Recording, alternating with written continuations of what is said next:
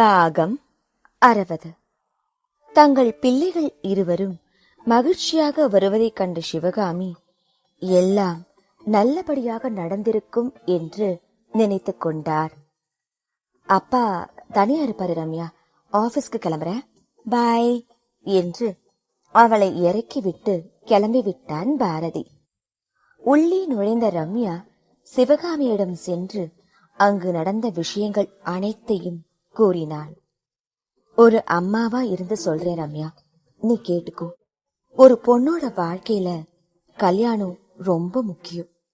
எல்லாருமே கல்யாணம் பண்ணிருக்காங்க, ஆனா சந்தோஷமா வாழறாங்களான்னு கேட்டா நிறைய பேர்கிட்ட அதுக்கான பதிலே இல்ல. நீயும் பாரதியும் விருப்பம் இல்லாம இந்த கல்யாணத்தை பண்ணிட்டீங்க. ஆனா இப்போ ஒருத்தருக்கு ஒருத்தர் எவ்வளவு அன்பு வச்சிருக்கீங்கன்னு உங்களுக்கே புரிஞ்சிருக்கும். நீங்க 2 பேரும் இன்னும் உங்களோட தாம்பத்திய வாழ்க்கைய தொடங்கலன்னு எனக்கு தெரியும். நமக்கு இருக்கிற பிரச்சனை எல்லாம் தீர்த்துட்டு தான் சந்தோஷமான வாழ்க்கை வாழணும்னு நினைச்சா அதை விட ஒரு முட்டாள்தனம் எதுவுமே இல்ல. எப்பவுமே ஏதாவது ஒரு பிரச்சனை நம்மள சுத்தி இருந்துகிட்டே தான் இருக்கும். அதுக்காக சில முக்கிய விஷயங்களை எல்லாம் நாம தள்ளி வைக்க கூடாது. ஒவ்வொருத்தரோட வாழ்க்கையிலயும் கஷ்டம் இருக்கு. சில பேருக்கு பண கஷ்டம், சில பேருக்கு மன கஷ்டம், சில பேர் எதுக்கு கஷ்டப்படுறோம்னே தெரியாம இருக்காங்க. அதனால எல்லாத்தையும் சரி பண்ணணும்னு நினைச்சா முடியாது. அப்பப்ப வர்ற பிரச்சனைகளை நம்மளால முடிஞ்ச அளவுக்கு தீர்த்துட்டு போய்கிட்டே இருக்கணும். நான் என்ன சொல்ல வரேன்னு உனக்கு புரிஞ்சிருக்கும். எத்தனை பிரச்சனை வந்தாலும் சரி, நீயும் பாரதியும் சேர்ந்து சமாளிங்க. உங்களுக்கு துணையா நாங்க எல்லாரும் இருக்கோம். சீக்கிரமே ஒரு பேரனையோ பேத்தியோ பெத்து என்கிட்ட கொடுத்துடுங்க என்றார். அதை கேட்டதும் வெட்கத்தில் சிவந்தன ரம்யாவின் கண்ணங்கள். கண்டிப்பா அத்தை. இரவு அனைவரும் உணவருந்தி கொண்டிருந்தனர். கார்த்தியும் வந்து இருந்ததால் அவனும் அங்கு இருந்தான். அப்புறம் 6 மாசம் கோர்ஸ் படிக்கணும்னு சொன்னீங்க, அதுவும் முடிஞ்சிடும். அடுத்து என்ன பண்றதா பிளான் என்றான் பாரதி. மாமா, சாப்பிடுறப்ப எதுவும் பேசாம சாப்பிடணும்னு உங்களுக்கு தெரியாதா என்றான் கார்த்திக். அப்ப இருங்கடா, சாப்பிட்டு முடிச்சிட்டு உங்களை வச்சுக்கிறேன் என்றான் பாரதி. சாப்பிட்டு முடித்தவுடன் கையை கழுவி விட்டு கார்த்திக், அக்கா நான் கிளம்புறேன், அத்தை அம்மா கிட்ட சொல்லிடுங்க, பாய் ரவி என்று கிளம்பினான். அவனின் சட்டையை கொத்தாக பிடித்தான் பாரதி. ஏமச்சான் அவ்வளவு சீக்கிரமா ஓடுற, நான் கேட்டதுக்கு பதில் சொல்லிட்டு போடா என்று அவனை இழுத்து அருகில் அமர வைத்தான். ஏன் என்ன மட்டும் கேக்குற? அதான் உன் தம்பி இருக்கான்ல, அவன்கிட்டயும் கேட்க வேண்டியது தானே.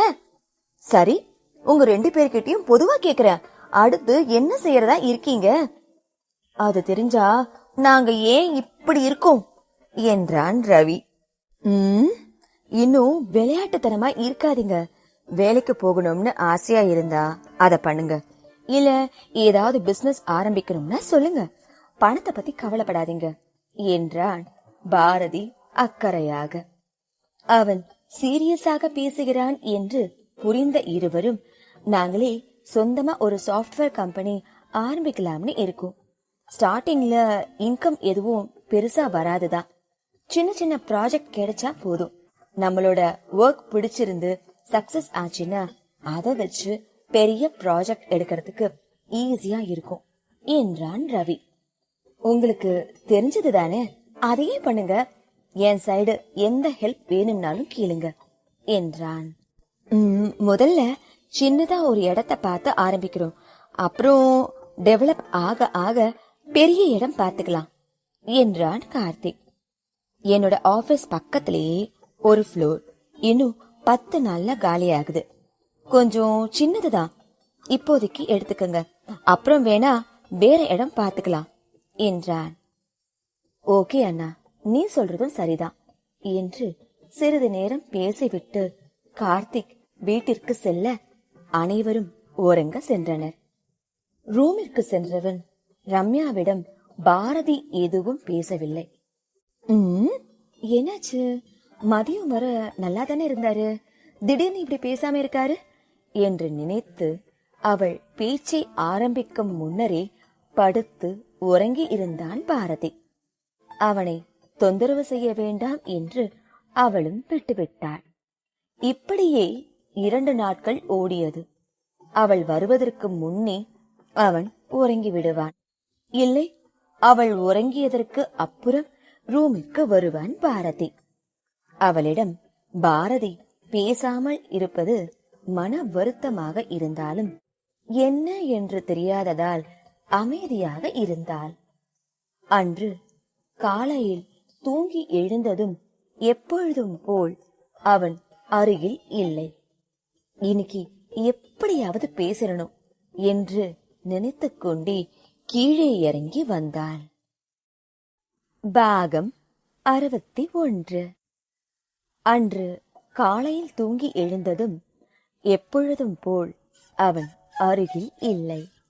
இன்னைக்கு எப்படியாவது பேசணும் என்று நினைத்து கொண்டே கீழே இறங்கி வந்தாள். சந்திரன், சிவகாமி, ரவி மூவரும் கிளம்பி ரெடியாக இருந்தனர். எழுந்து வந்தவளுக்கு ஒன்றும் புரியவில்லை. காலையிலேயே எங்க அத்தை கிளம்பி இருக்கீங்க என்றாள். ஏமா, பாரதி உன்கிட்ட ஒன்னும் சொல்லலையா? அவரு இந்த 2 நாளா என்கிட்ட பேசுறதே இல்ல என்று முணுமுணுத்து கொண்டு, அவர் ஒன்னும் சொல்லலையே? நேத்து நைட்டே சொல்லி இருந்தேம்மா, தேனி அம்மா வந்து சொல்லியிருந்தாங்கல்ல, அவங்க பேரனுக்கு மொட்டை அடிச்சு காது குத்துற ஃபங்க்ஷன் இன்னும் 2 நாள் கழிச்சு இருக்கு, அதான் கிளம்பிட்டோம். நேரா உங்க வீட்டுக்கு போயிட்டு அங்க ஒரு நாள் ஸ்டே பண்ணிட்டு அந்த ஃபங்க்ஷனை முடிச்சிட்டு அடுத்து 4 நாள்ல பொங்கல் வர்றதுனால நாங்க அங்கேயே இருக்கோம். நீங்க மட்டும் முதல் நாளே வந்துருங்க என்று பேசி முடித்தார் சிவகாமி. அது வரைக்கும் நான் மட்டும் தனியாவா இருக்கணும்? நாங்களும் உங்க கூடயே வந்துடுறோம் என்றாள். எனக்கு மட்டும் உங்களை தனியா வர சொல்லணும்னா ஆசை. அவன்கிட்ட எவ்வளவோ சொல்லி பாத்துட்டேன். வேலை இருக்கு, நான் பொங்கலுக்கு முதல் நாள் வரேன்னு சொல்லிட்டா. வேணும்னா உன்னை மட்டும் கூட்டிட்டு போக சொன்னா. நீயும் அவன் இல்லாம ஊருக்கு முதலா வர முடியாதுன்னு அன்னைக்கே சொன்ன இல்லையா? அதான் 2 பேரும் சேர்ந்து வாங்க, நாங்க முன்னாடி கிளம்பி போறோம். எங்களுக்கு ஊருக்கு போய் ரொம்ப நாளாச்சு. எல்லாரையும் பார்த்துட்டு அப்படியே ஒரு ரவுண்ட் அடிச்சிட்டு வரும் என்றார் சந்திரன். அவன் ஏதோ முக்கியமான வேலை இருக்குன்னு சொல்லி காலையிலே கிளம்பிட்டான். சீக்கிரமா வந்துருவான், நீ பயப்படாம இரு. லட்சுமி, கார்த்தி எல்லாருமே எங்களோட தான் வருவாங்க. ஏதாவது வேணும்னா உன் புருஷனுக்கு கால் பண்ணு என்று அனைவரும் கிளம்பினர். ரம்யாவிற்குத்தான் ஒரு மாதிரியாக இருந்தது. ஏன் எல்லாரும் இப்படி சொல்லாம கொள்ளாம கிளம்பிட்டாங்க? இதுல ஏதோ இருக்கு. இவர் கூட நம்ம கிட்ட ஒரு வார்த்தை சொல்லலையே என்று புலம்பினார். அன்றைய பொழுது கழிவது மிகவும் சிரமமாக இருந்தது. மதியம் வரை எப்படியோ பொழுதை கழித்தவள் மனதில் தோன்றிய கேள்விக்கு விடை யோசித்தவாறே சோஃபாவில் படுத்து உறங்கிவிட்டாள். கண் விழித்து பார்த்தபோது வீடு இருட்டாக இருந்தது. எழுந்து மணியை பார்க்க 6:30 என்று காட்டியது. அடடா, இவ்வளவு நேரம் தூங்கிட்டோமா என்று விளக்கை போட்டாள். அருகில் இருந்த மேசையில் ஒரு பார்சல் இருந்தது. அதன் அருகே ஒரு பேப்பர் இருந்தது. அதை விரித்து படித்தாள். அம்மாவோட ரூம்ல போய் குளிச்சு ஃப்ரெஷ் ஆயிட்டு உள்ள இருக்க ட்ரெஸ்ஸ போட்டுக்கிட்டு நம்ம ரூமுக்கு வா, பாரதி என்று எழுதியிருந்தது. 2 நாளா என்கிட்ட பேசல, இப்ப என்ன திடீர்னு ட்ரெஸ்ஸ வாங்கிட்டு வந்து போடுன்னு? அதெல்லாம் முடியாது என்று அமைதியாய் சோஃபாவில் அமர்ந்திருந்தாள். பின்பு என்ன நினைத்தாலும் ரூமிற்கு சென்று குளித்து விட்டு உடை மாற்றுவதற்காக அந்த கவரில் இருந்த ட்ரெஸ்ஸை எடுத்தவள் கண்கள் விரிந்தன. அடர் சிவப்பு நிறத்தில் ஸ்லீவ்லெஸ் ஃப்ராக், பார்ப்பதற்கு மிகவும் மெலிதாகவும் அதே நேரம் மாடலாகவும் இருந்தது. அதற்குள் அதற்கேற்றாற்போல் அணிகலன்களும் இருந்தன. வீட்ல தானே இருக்க போறோம் என்று நினைத்தவள் தன்னை அலங்கரித்துக் கொண்டாள். பார்ப்பதற்கு ஒரு சிகப்பு ரோஜா மொட்டு கை கால் முளைத்து நடந்து வருவது போல இருந்தது. அவள் அதை அணிந்து கொண்டு வந்தது. இது போன்ற உடைகள் அவளுக்கு புதிது என்பதால் மிகவும் மெதுவாக நடந்து படியேறி அவள் அறைக்கதவை திறந்தாள்.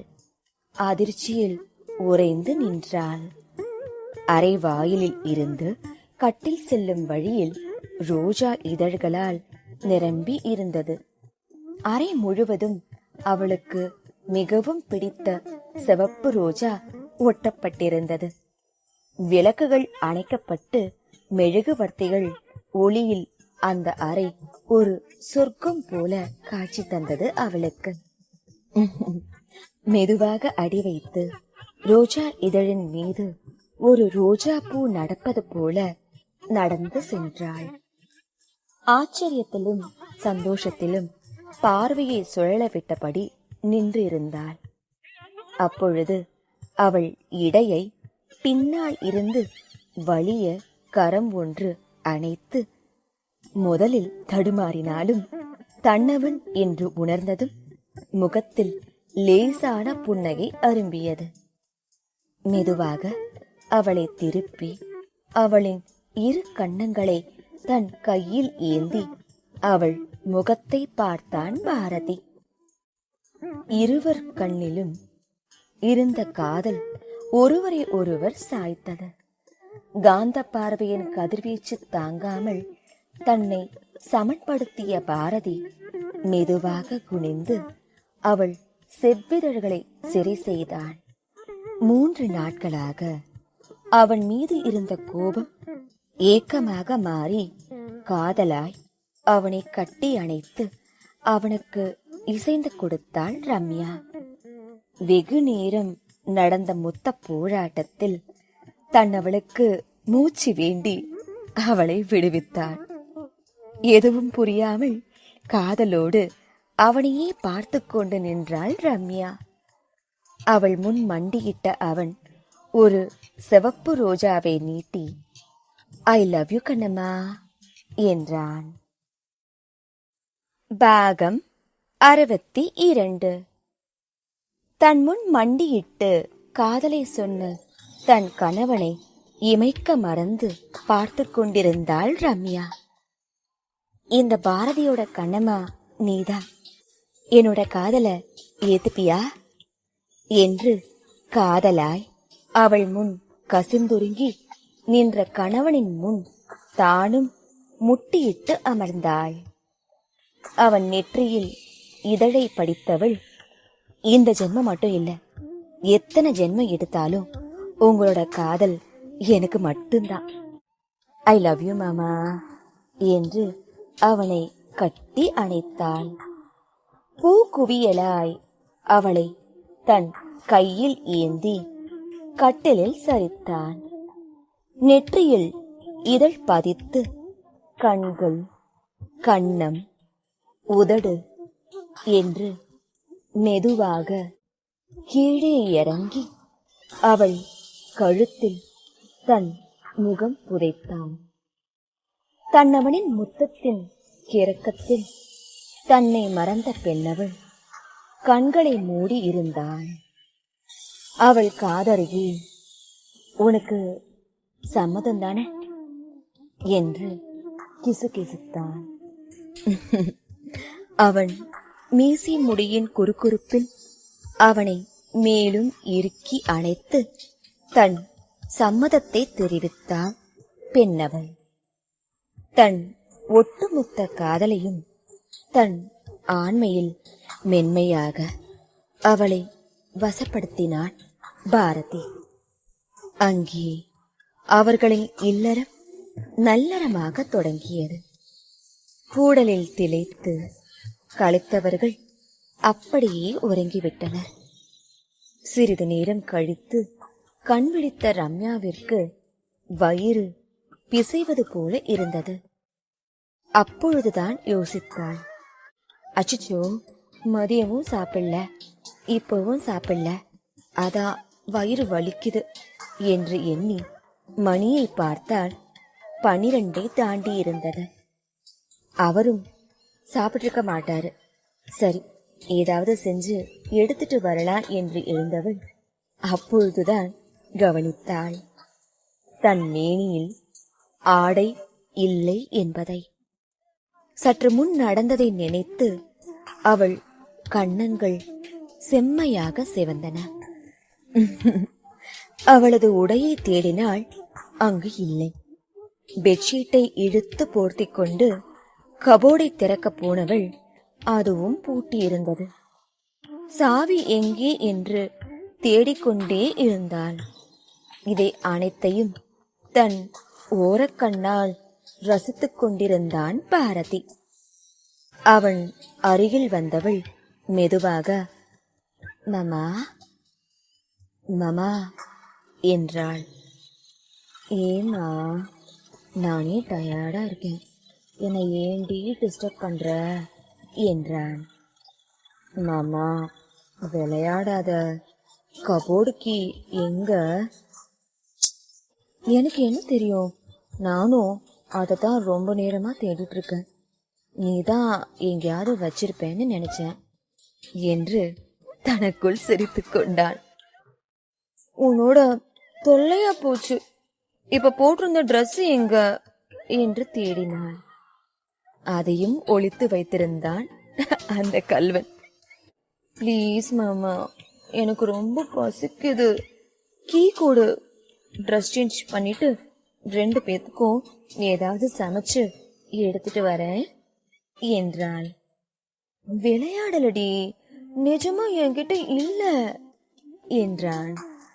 சுற்றும் முற்றும் பார்த்தவள் அவன் ஷார்ட்ஸும் டீ-ஷர்ட்டும் ஹேங்கரில் தொங்கிக் கொண்டிருந்தது.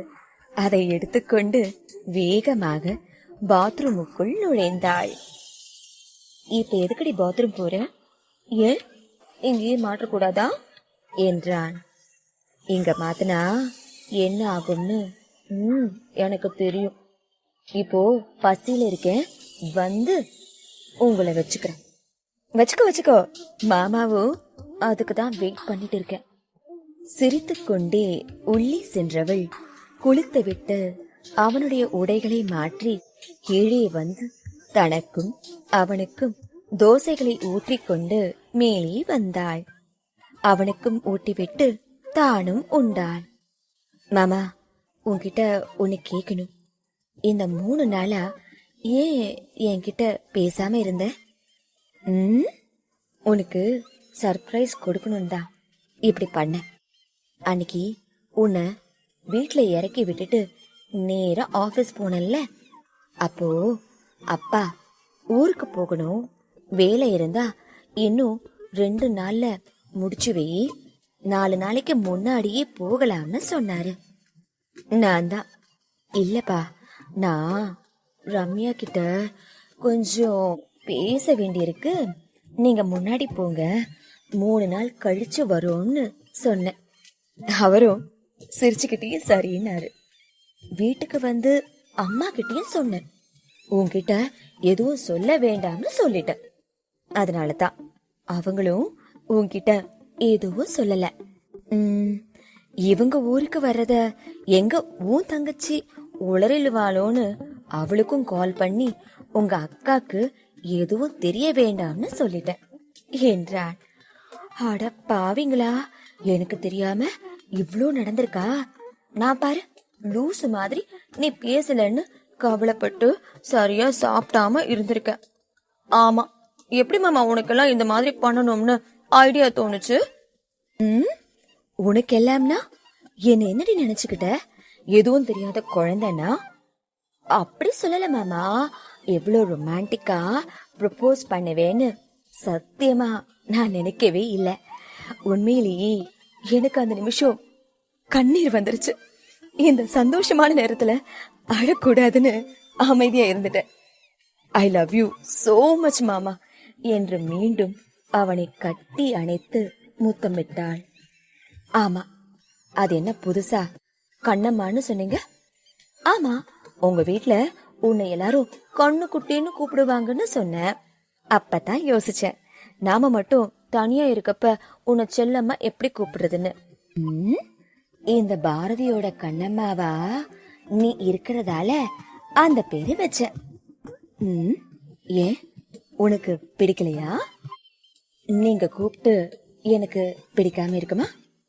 ஆனா இதுக்காக 2 நாளா என்கிட்ட பேசாம இருந்தது ரொம்ப ஓவர் இல்லையா?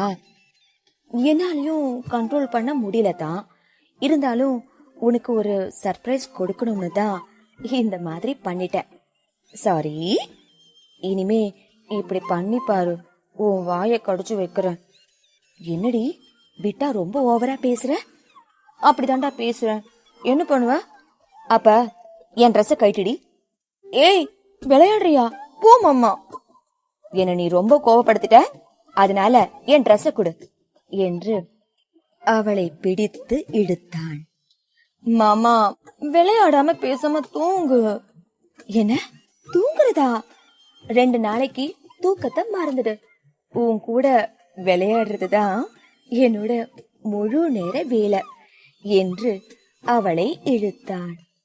பிளீஸ் மாமா என்று தன் உதட்டை சுளித்து கண்களை விரித்து கூறியவளே, நான் சும்மா இருந்தாலும் உன் கண்ணும் வாயும் என்ன சும்மா விடாது போல என்று அவளை தூக்கி கட்டிலில் கிடத்தினாள். அவள் மீது படர்ந்தவனின் கைகள் அவள் மேனியில் கோலம் போட தன் நிலை மறந்தாள். அந்த இரவின் மீண்டும் ஒரு அத்தியாயத்தை தொடங்கினர் இருவரும். தன் நெஞ்சில் தலை வைத்து குழந்தை போல் உறங்கும் தன் மனைவியை ரசித்தான் பாரதி. பாகம் 63. அறை முழுவதும் வெளிச்சம் பரவியது கூட தெரியாமல் இருவரும் உறங்கிக் கொண்டிருந்தனர். முதலில் கண் விழித்த பாரதி தன் மேல் குழந்தை போல் உறங்கும் தன் மனைவியை கண்டு சிறிது நேரம் ரசித்தான். அவனின் பார்வை வீச்சின் தாக்கத்தினாலோ என்னவோ லேசாக சினுங்கினாள் ரம்யா. மாமா பிளீஸ், எனக்கு ட்ரெஸ் வேணும். கபோர்டுக்கு இப்பயாவது கொடு, நான் போய் குளிச்சுட்டு வரேன் என்று கண்களை மூடிக்கொண்டே சினுங்கினாள். இப்பதான் விடியுதுன்னு நினைச்சுக்கிட்டு இருக்கியா? இன்னும் தூங்கிட்டு இருக்கீங்க மேடம் என்றான் பாரதி. மணி என்ன ஆகுது? 1. நடு ராத்திரியில ஏன் மாமா எழுப்பி விட்டா? அடியே என் ஆசை பொண்டாட்டி, ஒரு நிமிஷம் கண்ணை முழிச்சு பாருடி. நடு ராத்திரியாய இல்ல பட்ட பகலான்னு தெரியும். கண் விழித்தவள் சூரிய வெளிச்சம் சொல்லென்று ஜன்னல் வழியாக வருவதைக் கண்டு படக்கென எழுந்து உட்கார்ந்தார். இவ்வளோ நேரமாவா தூக்கும்? ஆமா, நைட் எல்லாம் முழிச்சிருந்தா பகல்ல தூக்கம் வரதானே செய்யும் என்று அவளை இழுத்து தன்மேல் போட்டுக்கொண்டான். விடும் மாமா, எவ்வளவு நேரமாச்சு, நான் போய் குளிக்கணும். ஏன், நீ மட்டும்தான் சுத்தமா இருப்பியா? நாங்களும் தான். வா, 2 பேரும் போய் சேர்ந்து குளிக்கலாம். அதெல்லாம் ஒன்றும் வேணாம், நான் ஃபர்ஸ்ட் குளிச்சுட்டு வந்துடுறேன், அப்புறமா நீ போ. நீ என்னடி வேணான்னு சொல்றது என்று திமிர அவளை இழுத்து கொண்டு பாத்ரூமுக்குள் நுழைந்தான். வெகு நேரம் கழித்து வெளியில் வந்தவன் சாவியை எடுத்து அவள் கையில் கொடுத்து ட்ரெஸ் சேஞ்ச் பண்ணிக்கோ என்றான். அட பாவி, நீ செஞ்ச வேலைதானா? கேட்டதுக்கு தெரியவே தெரியாதுன்னு சாதிச்சுட்ட. நீ ரொம்ப பேட் பாய் மாமா. ஆமா, இனிமே உன்கிட்ட மட்டும் பேட் பாயா தான் இருக்க போறேன். எனக்கு ஆபீஸ்ல கொஞ்சம் வேலை இருக்கு, நான் போயிட்டு ஒரு 2 hours வந்துடுறேன். நீ சாப்பிட்டு ரெஸ்ட் எடு. இந்த பேட் பாய் வந்து என்ன பண்றான்னு பார் என்று கண்ணடித்தான். வெட்கத்தில் அவள் கண்ணங்கள் சிவந்தன. சாப்பிட்டு போங்க, ஏதாவது சமைக்கிறேன் செஞ்சு வை, நான் வந்து சாப்பிட்டுக்கிறேன் என்று வேகமாக சென்று விட்டான். வேலையை முடித்து வீட்டை சுத்தம் செய்து அமர்ந்தவளுக்கு அப்பொழுதுதான் சிவகாமியின் ஞாபகமே வந்தது. அச்சச்சோ, அத்தை நேத்து காலையில கிளம்பினது, வீட்டுக்கு போயிட்டேன்னு அவங்க கால் பண்ணனதோட சரி, இப்ப வரைக்கும் ஒரு போன் கூட நாம அவங்களுக்கு பண்ணல. என்னை பத்தி என்ன நினைப்பாங்க என்று வேகமாக அவருக்கு போன் செய்தாள். போனை எடுத்த சிவகாமி, என்ன மருமகளே, ஒரே பிஸியா? அத்தை நினப்பு கூட இல்ல உனக்கு என்று சிரித்தார். ஐயோ அத்தை, அப்படிலாம் இல்ல என்று அவள் சினுங்கியதிலிருந்தே சிவகாமி ஓரளவு புரிந்து கொண்டார். இதுக்குதான் நானும் ஆசைப்பட்டேன், நீ உன் புருஷனோட சந்தோஷமா இருக்கணும்னு. எல்லாரும் நல்லா இருக்கணும்னு நினைக்கிற நீ எப்பவுமே நல்லாதான் இருப்ப. அதுக்காகத்தான் என்கிட்ட யாரும் எதுவும் சொல்லாம கிளம்பிட்டீங்களா அத்த என்றாள் சற்று கோபமான குரலில். அச்சுச்சோ, அப்படிலாம் இல்லம்மா, உண்மையிலேயே ஆபீஸ்ல ஒரு முக்கியமான வேலை நாளைக்கு தான் முடியுதுன்னு உங்க மாமா சொன்னாரு. யாராவது ஒருத்தர் இங்க இருக்கணும், மூர்த்தியும் இங்க வந்துட்டான், அதனாலதான் அவனை விட்டுட்டு வந்தோம். அது மட்டும் இல்லாம கல்யாணமாகி இத்தனை நாளும் நீங்க 2 பேரும் தனியா இருந்தது இல்லையா, அதுக்காகத்தான் என்று சிரித்தார். வெகு நேரம் பேசிக் கொண்டிருந்தவள் வீட்டிலிருந்த அனைவரிடமும் 1 மணி நேரமாக பேசி போனை வைத்ததும் பாரதி வீட்டிற்கு வரவும் சரியாக இருந்தது. இளம் மஞ்சள் நிற காட்டன் புடவையில் தேவதையாய் ஒளிர்ந்த தன் மனைவியை வந்தவுடன் கட்டி அணைத்துக் கொண்டான். என்ன மேடம், வீட்டுல இருக்கப்ப எப்போதும் சாரி கட்ட மாட்டீங்க, இன்னைக்கு என்ன திடீர்னு என்றான் கண்ணில் குறும்புடன். இனிமே அப்படித்தான், நாங்களும் குடும்ப ஸ்திரீ ஆயிட்டோம்ல. அது இல்லாம ஒரு தடவை நீங்க சொன்னீங்க, நான் சேலை கட்டினா உங்களுக்கு பிடிக்கும்னு, அதனாலதான். என்னடி மாமாவ மயக்க பாக்குறியா? நீ ஆல்ரெடி என்கிட்ட மயங்கி தானே மாமா இருக்க, அப்போ இப்பவே ஆரம்பிக்கலாமா என்று அவள் பின்னங்கழுத்தில் முத்தமிட்டு கிறக்கத்துடன் கேட்டான். யோ மாமா, விடியா, இப்பதான் வீட்டுல எல்லாம் சுத்தம் பண்ணிட்டு நானும் குளிச்சு ரெடியா இருக்கேன், போய் குளிச்சுட்டு வா, நம்ம கோவிலுக்கு போயிட்டு வரலாம் என்றாள். என்னடி திடீர்னு யோவனு கூப்பிடுற? இப்ப நீ கிளம்பல, பாடா போடான்னு கூப்பிட வேண்டியிருக்கும், சீக்கிரமா போய் கிளம்பி வா. திடீர்னு என்ன கோவிலுக்கு? எனக்கு எப்பவுமே சந்தோஷமா இருந்தாலும் கவலையா இருந்தாலும் போய் சாமி கிட்ட கொட்டுறது வழக்கம். இந்த நிமிஷம் நான் ரொம்ப ரொம்ப சந்தோஷமா இருக்கேன், அதான் உடனே போய் கடவுள்கிட்ட ஷேர் பண்ணணும், அதனாலதான் வாங்க போயிட்டு வரலான்னு கூப்பிடுற என்று அவனை இழுத்து ரூமுக்குள் தள்ளினாள். கோவிலுக்குள் சென்று மனமாற சாமி தரிசனம் செய்துவிட்டு அப்படியே இரவு உணவையும் வெளியில் முடித்துவிட்டு வீட்டுக்கு திரும்பினர். மாமா, அப்படியே கொஞ்ச நேரம் வெளியில இருங்க, நான் ட்ரெஸ் சேஞ்ச் பண்ணிட்டு வந்துடுறேன்.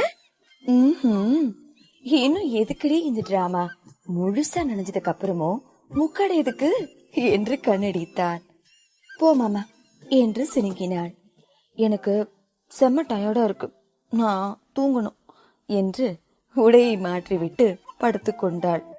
சரிடி, நல்லா தூங்கு, குட் நைட் என்று அவனும் கட்டிலில் மறுபுறம் படுத்துக் கொண்டான்.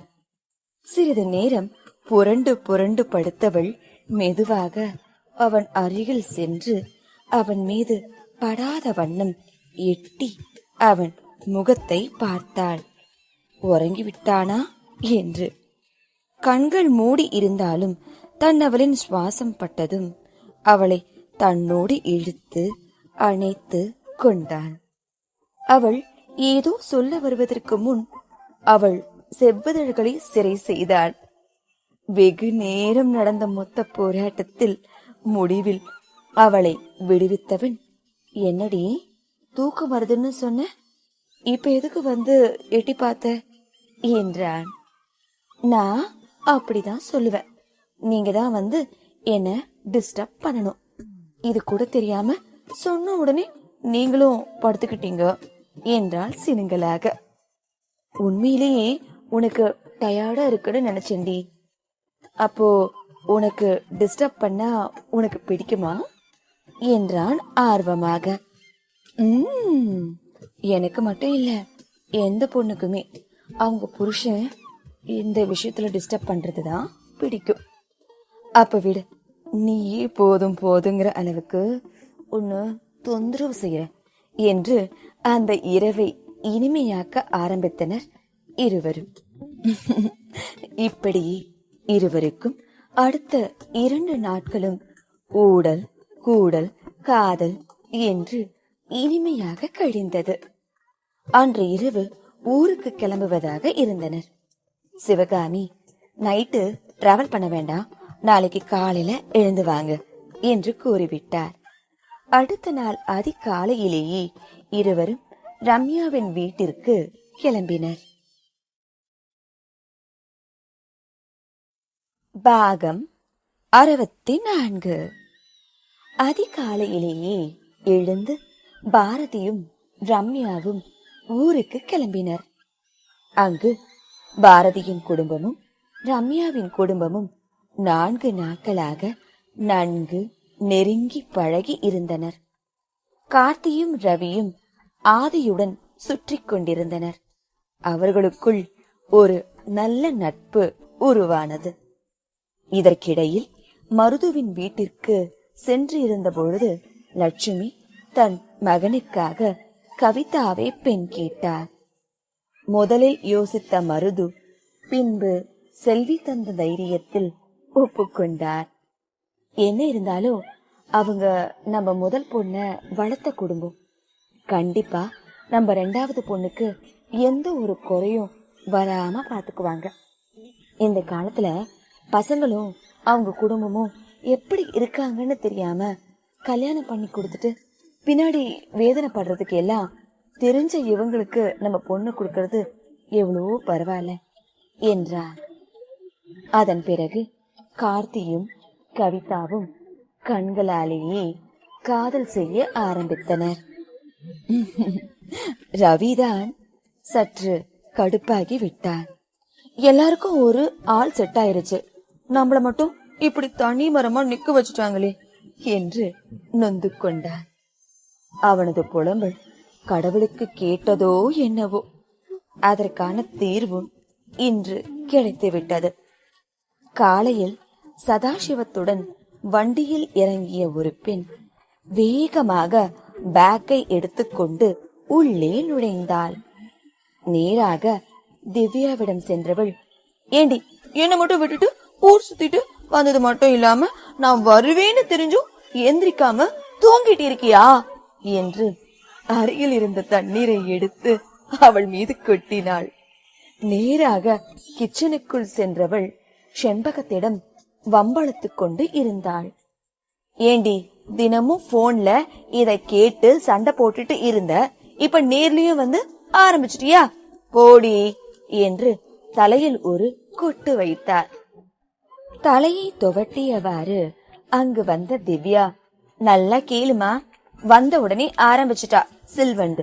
நீதான காலேஜ்ல கல்ச்சரல்ஸ் நடக்குது, நான் பாட்டு பாடி ஆகணும், வர முடியாதுன்னு சொன்ன.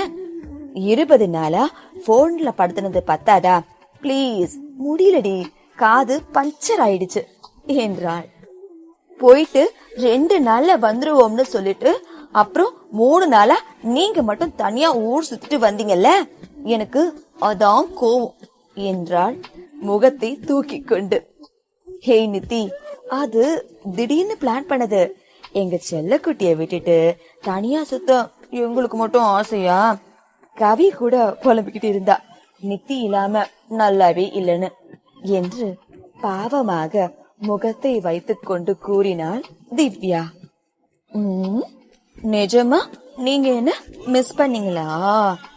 ஆமா சொல்லோ. சரி விடு, உங்களை நான் மன்னிச்சிட்டேன். இனிமே இப்படி என்னை விட்டுட்டு போக கூடாது, ஓகேவா? வா கவி, வீட்டுக்கு போலாம். இல்ல, இப்போ ரம்யா வர்றதால அவங்க எல்லாம் இங்க வராங்க. ஐயா ஜாலி, மாமா ரொம்ப வராங்க என்று குதித்தவாறு திவ்யாவை இழுத்து கொண்டு ஓடினாள். இவை அனைத்தையும் பார்த்து கொண்டு இருந்த ரவி, யார் இந்த பொண்ணு, பாக்கிறதுக்கு கியூட்டா பாபி டால் மாதிரி இருக்கா என்று அவளை ரசித்துக் கொண்டிருந்தான். டேய், பாக்கிறதுக்கு ஸ்கூல் படிக்கிற பொண்ணு மாதிரி இருக்கா, உன் வயசு என்ன, அவ வயசு என்ன என்று அவன் மனசாட்சி விரட்ட அங்கு இருந்து நகர்ந்தான். நேரம் ஆக அனைவரையும் சாப்பிட அழைத்தனர்.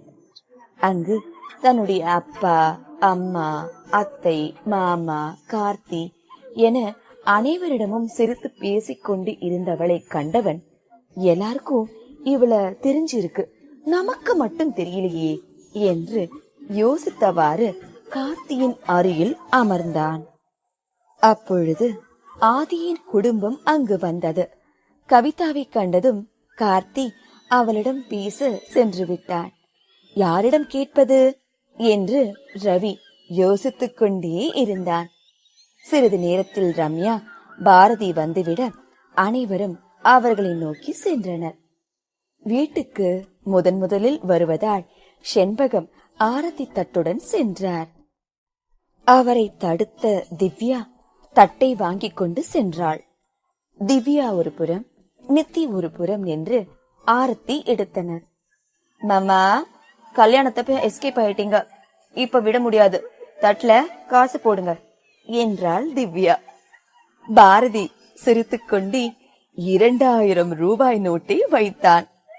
மாமா, ஒரு நோட்டை எப்படி நாங்க பிரிச்சுக்கிறது, எனக்கு தனியா போடுங்க என்று நித்தி கூற இன்னொரு நோட்டை எடுத்து வைக்க இருவரும் சந்தோஷமாக வீட்டிற்குள் வந்தனர். டே, உங்க அண்ணனை பாத்தியா, நாம பணம் கேட்டா 100 ரூபாய்க்கு மேல கை வராது, இப்ப மொச்சினஞ்சுங்க கேட்டா உடனே எவ்வளவு தாராளமா கொடுக்கிறார் பாத்தியா என்று கார்த்தி பேசுவது எதுவும் அவன் காதில் விழவில்லை. அவள் யார் என்று அறிவதிலேயே இருந்தான். அனைவரும் ஒன்றாக அமர்ந்து உணவு அருந்தினர். அப்பொழுதுதான் நித்தி ரவியை பார்த்தாள். அவளும் அவள் மீது பார்வையை வைத்திருப்பதை கண்டவள் வேறு புறம் திரும்பிக் கொண்டாள். பாகம் 65. அனைவரும் ஒன்றாக அமர்ந்து உணவு அருந்தினர். அப்பொழுதுதான் நித்தி ரவியை பார்த்தாள். அவனும் அவள் மீது பார்வையை வைத்திருப்பதை கண்டவள் வேறு புறம் திரும்பிக் கொண்டாள். லட்சுமி, சிவகாமி, செண்பகம், செல்வி மதிய உணவை தயார் செய்வதற்காக சமையலறை சென்று விட்டனர். மூர்த்தியும் சந்திரனும் பாரதியின் புது கம்பெனியை பார்ப்பதற்காக சதாசிவத்தையும் மருதுவையும் அழைத்துக் கொண்டு சென்று விட்டனர். மற்ற அனைவரும் பேசிக் கொண்டிருந்தனர். அப்பொழுது நித்தி, அக்கா, இவர்தான் ரவியா என்றாள். ரவியை கை காட்டி, நம்ம பேர் கூட தெரிஞ்சு வச்சிருக்கா என்று யோசித்தவன், என் பேரு உனக்கு எப்படி தெரியும் பாப்பா என்றான்.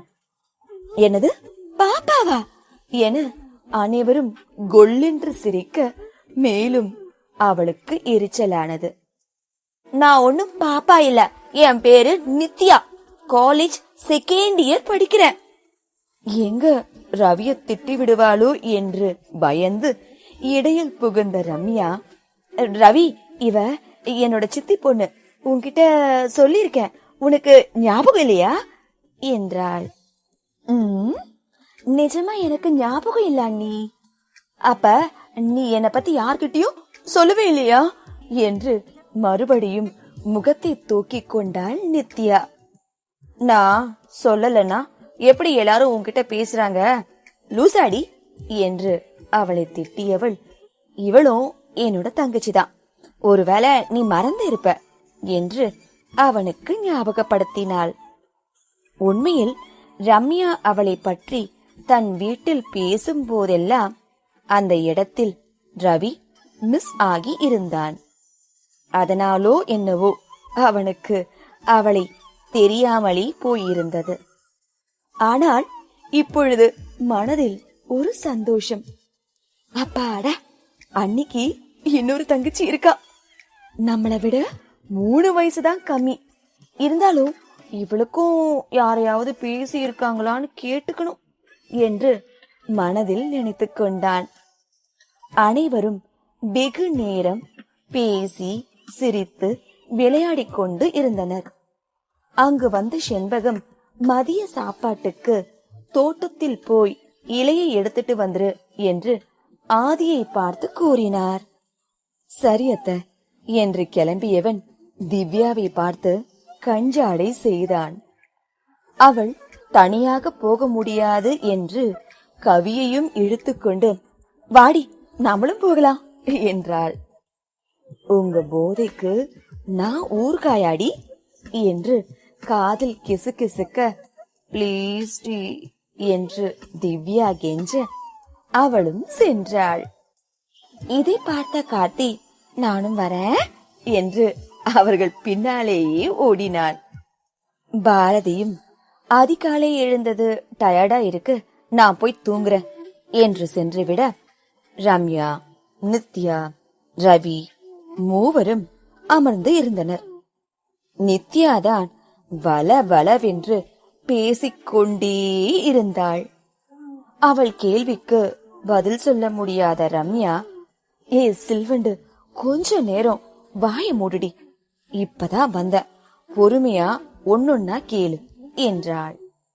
அப்பொழுது நித்யாவின் போன் சினுங்க, அக்கா இரு, ஃப்ரெண்ட்ஸ் கூப்பிடுறாங்க, போய் பேசிட்டு வந்துடுறேன் என்று சென்றான். அப்பாடா என்று இருந்தது ரவிக்கு. அண்ணி, உங்ககிட்ட ஒன்னு கேக்கணும். உண்மையிலேயே இவ உங்க தங்கச்சி தானா? ஆமா ரவி, இவ என் கூட பிறக்காட்டியும் இவளும் என்னோட தங்கச்சி தான்.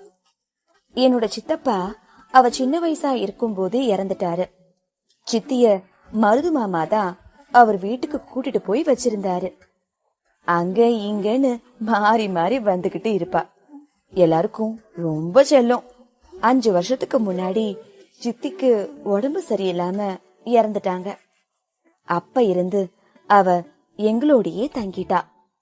நல்லா படிப்பா, டாக்டர் ஆகணும்னு ஆசை.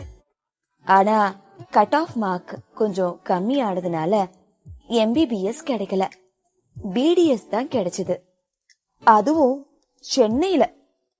அம்மாவுக்கு தான் அவளை அங்க அனுப்புறதுக்கு பயம்.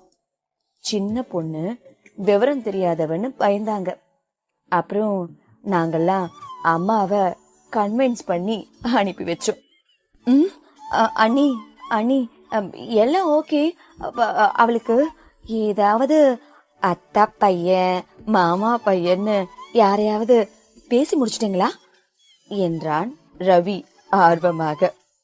அவன் முகத்தை கண்ட ரம்யா சிரித்துக்கொண்டே, என்ன கொழுந்தினாரே, ரூட்டு வேற பக்கம் போற மாதிரி இருக்கு என்றாள். அவன் வெட்கப்படுவதை கண்டவள், ஐயோ ரவி, தயவு செஞ்சு வெக்கம் மட்டும் படாதடா, முடியல, அப்படியெல்லாம் யாரையும் பேசி வைக்கல. அது மட்டும் இல்லாம அவளுக்கு நாங்க தான் உலகமே.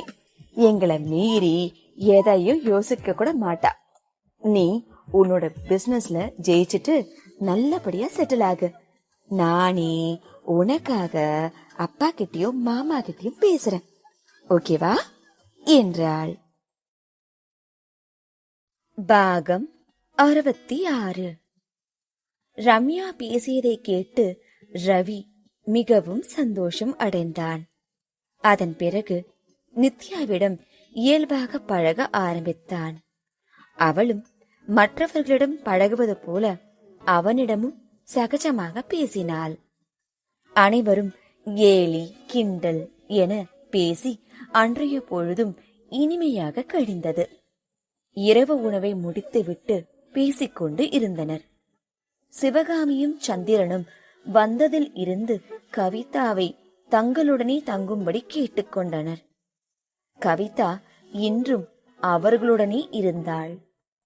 மருதுவும் செல்வியும் நாளை பொங்கல் இருப்பதால் வேலை இருக்கு, சீக்கிரமா கிளம்பணும் என்று ஆதியை அழைத்துக் கொண்டு கிளம்பினர். பின்பு செண்பகம், ரம்யா, நீயும் மாப்பிளையும் உங்களோட ரூம்ல போய் படுத்துக்கோங்கம்மா என்றார். அத்த, இது எந்த ஒரு நியாயம்? நீங்க எல்லாரும் ஒன்னா முற்றத்துல படுத்துட்டு பேசி சிரிச்சுக்கிட்டு இருப்பீங்க, நாங்க மட்டும் போய் ரூமுக்குள்ள அடையணுமா? அதெல்லாம் முடியாது, நாங்க இங்கதான் படுத்துப்போம். ரம்யா, நமக்கும் ஒரு பாயை எடுத்துட்டு வா என்றான் பாரதி. அவள் நினைத்ததையே தன் கணவன் கூறியதை கேட்டு மகிழ்ந்தாள் ரம்யா. அதுக்குள்ள மாப்பிள்ள, உங்களுக்கு ஃப்ரீயா இருக்குமா என்றுதான் என இழுத்தார் செண்பகம். அத்த, எல்லாரையும் போலதான் நானும், நான் மட்டும் ஸ்பெஷல் கிடையாது, இங்க தூங்குறதுக்கு எனக்கு எந்த கஷ்டமும் இல்ல என்று அவர்களும் அங்கேயே படுத்துக்கொண்டனர். அனைவரும் பேசிக்கொண்டு நேரம் போவதே தெரியவில்லை.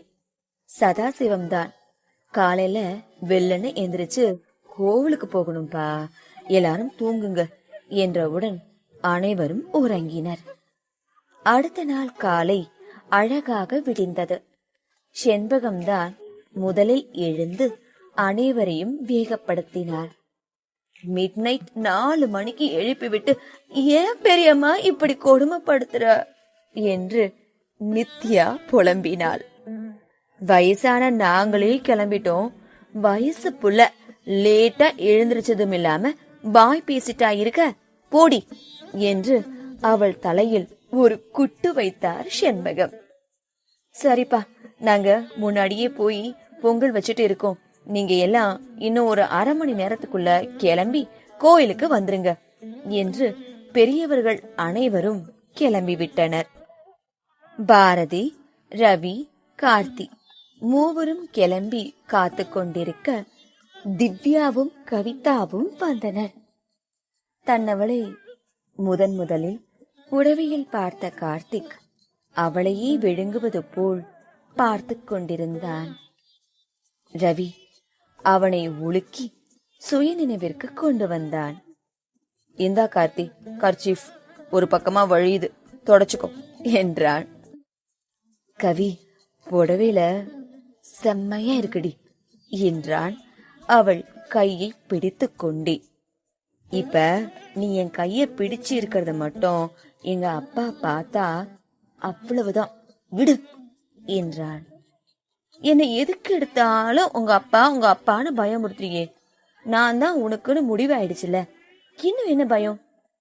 நமக்கு சீனியர் ஆதி, திவ்யா இருக்காங்க, அவங்கள பார்த்து எப்படி நடந்துக்கணும்னு கத்துக்கோ, ஆதி மாதிரி ஒழுக்கமான பையனா இரு என்று சொல்லிக் கொண்டிருக்கும் போதே ஆதி அங்கு வந்தான்.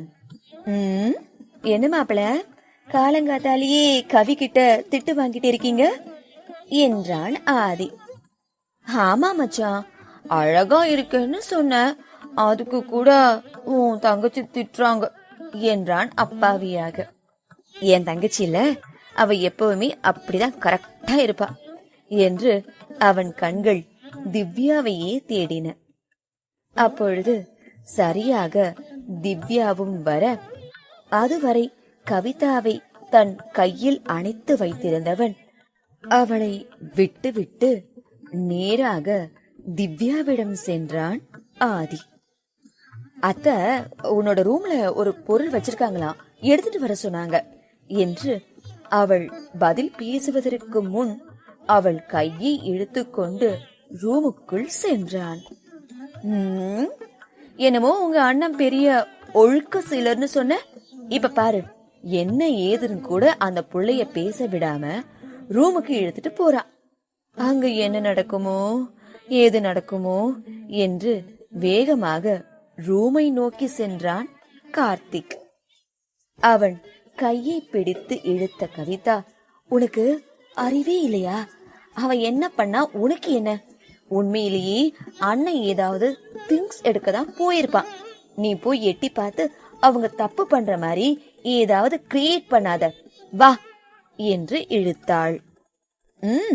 அதான உங்க அண்ணனு சொன்னா உனக்கு வந்துடுமே என்று ரவியிடம் போய் அமர்ந்து கொண்டான் கார்த்திக். திவ்யாவும் ஆதியும் வெளியில் வந்தவர்கள், டைமாச்சு, ரம்யாவும் நித்யாவையும் வர சொல்லுங்க, கிளம்பலாம் என்றான். அவன் வேலை முடிஞ்சதும் எவ்வளோ அவசரப்படுறான் பாரு. என்ன செஞ்சானோ அந்த புள்ள கண்ணும் எல்லாம் செவந்திருக்கு. நமக்கு தான் ஒன்னும் நடக்க மாட்டேங்குது. கையை தொட்டத்துக்கு அவங்க அப்பனை கூப்பிடுறா என்று ரவியின் காதில் கிசு கிசுத்தான். ஏன், அவன் என்ன பண்ணிருப்பான்னு உனக்கு தெரியாதா? ஏண்டா என்ன படுத்துறீங்க? அவன் ஒரு ஆளை வச்சுக்கிட்டு சும்மா இருக்கிற என்னையும் உசுப்பேத்தி விடுறீங்க என்று அழுவது போல் முகத்தை வைத்துக் கொண்டு கூறினான். அப்பொழுதுதான் நித்யா பாவாடை தாவணியில் பட்டாம்பூச்சியாய் பறந்து வந்தாள். ஆதிமாமா, நான் எப்படி இருக்கேன்? அழகா இருக்கேனா என்றாள் பாவாடையை இரு கைகளால் விரித்து காட்டியபடி. அவளை பார்க்காமலே நல்லா இருக்கே நல்லா இருக்கே என்றான் திவ்யாவை பார்த்து கொண்டு. அதான் உனக்கு உன் ஆள் பக்கத்துல இருந்தா நாங்கெல்லாம் கண்ணுக்கு தெரிய மாட்டோமே, போ என்று நேராக பாரதியிடம் சென்றாள். மாமா, இந்த ட்ரெஸ்ல நல்லா இருக்கேனா என்றாள். உனக்கு என்ன அழகா கியூட்டா அப்படி டால் மாதிரி இருக்க. உன்னை தூக்கி கையில வச்சுக்கிட்டா யாரும் உன்னை பொண்ணுன்னு சொல்ல மாட்டாங்க, ஏதோ பொம்மைய தூக்கி வச்சிருக்கேன்னு சொல்லுவாங்க. அவ்வளோ அழகா இருக்க என்று சிரித்தான். உடனே ரவி பாரதியின் காதில், டே தம்பி, வைஃப ரொம்ப வர்ணிக்காத என்றான். என்ன என்று அதிர்ச்சியாய் திரும்பி அவனை பார்த்த பாரதி, இது எப்ப இருந்து? பாகம் 67. டேய் தம்பி, வைஃப ரொம்ப வர்ணிக்காத என்று பாரதியிடம் கூறினான் ரவி. என்ன என்று அதிர்ச்சியாய் திரும்பி அவனை பார்த்த பாரதி, இது எப்ப இருந்து? நேத்தே முடிவு பண்ணியாச்சு. யார் முடிவு பண்ணாங்க? அண்ணியும் நானும் தான். உங்க அண்ணியே முடிவு பண்ணிட்டாளா? ஓகே ஓகே, நீ நடத்து என்று இருவரும் பேசிக் கொண்டிருந்தனர். என்ன ரெண்டு பேரும் குசு குசுன்னு பேசிக்கிட்டு இருக்கீங்க என்றாள் நித்யா. ஒன்னும் இல்ல ரவி, ஏதோ உன்கிட்ட சொல்லணுமா என்று அவனை கோர்த்து விட்டான் பாரதி. என்ன சொல்லணும் சின்ன மாமா என்றாள். மாமா வா என்று அதிர்ச்சியாக. ஆமா, என்னோட மாமாக்கு தம்பினா எனக்கு சின்ன மாமா தானே என்றாள். உடனே அவன் தலையை மேலிய தூக்கி கைகள் ரெண்டையும் வெறித்தவாறு தான் பறப்பது போல சைகை செய்ய அவளுக்குத்தான் ஒன்றும் புரியவில்லை. என்ன ஆச்சு திடீர்னு உங்க தம்பி இப்படி ஆயிட்டாரு என்றாள் புரியாமல். எல்லாம் காதல் படுத்துற பாடு. நான் கூட இப்படிதான் கொஞ்ச நாளா என்ன செய்யறோம் எதுக்கு செய்யறோம்னு தெரியாம சில விஷயங்கள் செஞ்சுட்டு இருந்தேன் என்றான் பாரதி. ஆமாமா சரிதான் என்று அவனுக்கு ஒத்து ஊதினான் கார்த்தி. ஆனால் நித்யாவிற்கு ஒன்றும் புரியவில்லை. என்னமோ பண்ணுங்க, நான் போய் திவ்யாவை கூட்டிட்டு வரேன், டைம் ஆயிடுச்சு, அப்புறம் பெரியமா என்னதான் திட்டுவாங்க என்று வேகமாக சென்றாள். அனைவரும் கிளம்புவதற்கு தயாராக இருக்க ரம்யா அப்பொழுதுதான் வந்தாள். மெரூன் கலர் பட்டுப்புடவை, தலை நிறைய மல்லிகைப்பூ, அதற்கு ஏற்றாற் போல நகைகள் அவளின் அழகை மேலும் அழகூட்டியது. தேவதை என்று ஒற்றை வார்த்தையில் அடக்கிவிட முடியாது. தன் மனைவியை இமைக்காமல் ரசித்தான் பாரதி. நேராக அவளிடம் சென்றவன் தன்னையும் அறியாமல் அவள் கன்னத்தில் இதழ் பதித்தான். அங்கு நின்று இருந்த அனைவரும் ஓஹோ என கத்தினர். அப்பொழுதுதான் சுயநினைவுக்கு வந்தான்.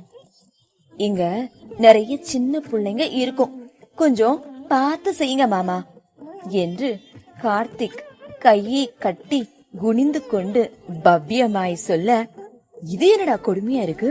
என் பொண்டாட்டிக்கு தானடா முத்தம் கொடுத்த, அதுக்குன்னு ஒரு இடம் பொருள் வேணாமா? வயசு பிள்ளைங்க முன்னாடி இப்படி நடந்துக்கிட்டீங்கன்னா நாங்கெல்லாம் பாவம் இல்லையா ப்ரோ என்றான் ஆதி பாவமாக முகத்தை வைத்துக் கொண்டு. அவன் காலை மிதித்த திவ்யா, கிளம்புங்க, லேட் ஆகுது என்று அனைவரையும் இழுத்துக்கொண்டு வெளியேறினாள். ஏமாமா எல்லாரும் முன்னாடி இப்படி பண்ணீங்க? இன்னைக்கு ஃபுல்லா இவளுங்க இதை வச்சு என்ன ஓட்டுவாளுங்க என்று சினுங்கினாள். இப்படியெல்லாம் சினுங்காதடி, கோயிலுக்கு போறோம், அதனால என்ன கண்ட்ரோல் பண்ணிட்டு இருக்க, அமைதியாவா என்று அவளின் கையை பிடித்துக் கொண்டு சென்றார்.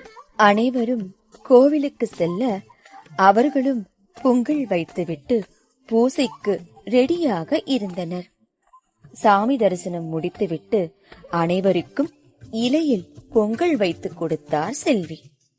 அத்த, இன்னைக்கு காலையில டிஃபன் இதுதானா, இல்ல வேற எதுவும் சாப்பிட கொடுப்பீங்களா என்றான் கார்த்திக் பாவமாக.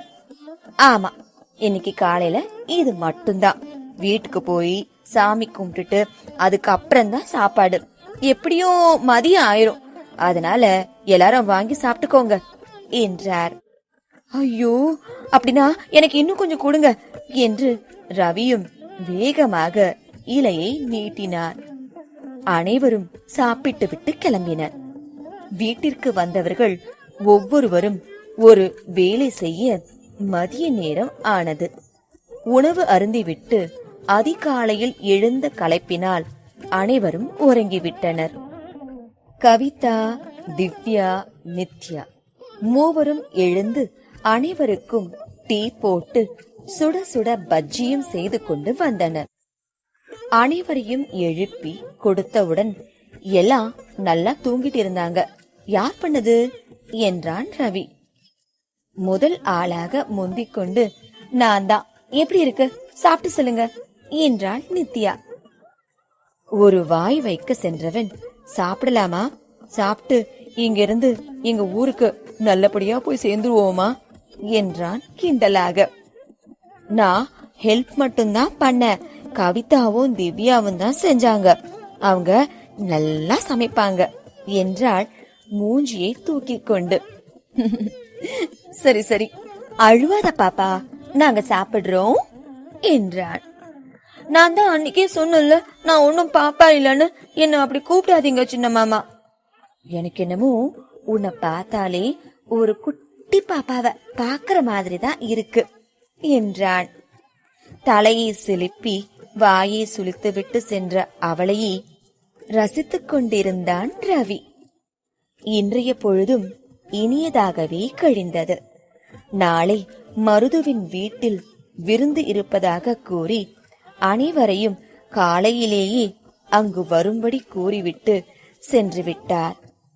அதிகாலையில் எழுந்து அவர்கள் அனைவரும் மருதுவின் வீட்டிற்கு சென்றனர். அசைவத்தில் அனைத்தும் சமைத்து ஒரு விருந்தே வைத்து விட்டார் மருது.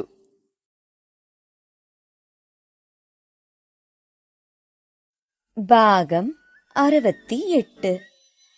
அதிகாலையில் எழுந்து அவர்கள் அனைவரும் மருதுவின் வீட்டிற்கு சென்றனர். அசைவத்தில் அனைத்தும் சமைத்து ஒரு விருந்தே வைத்து விட்டார் மருது.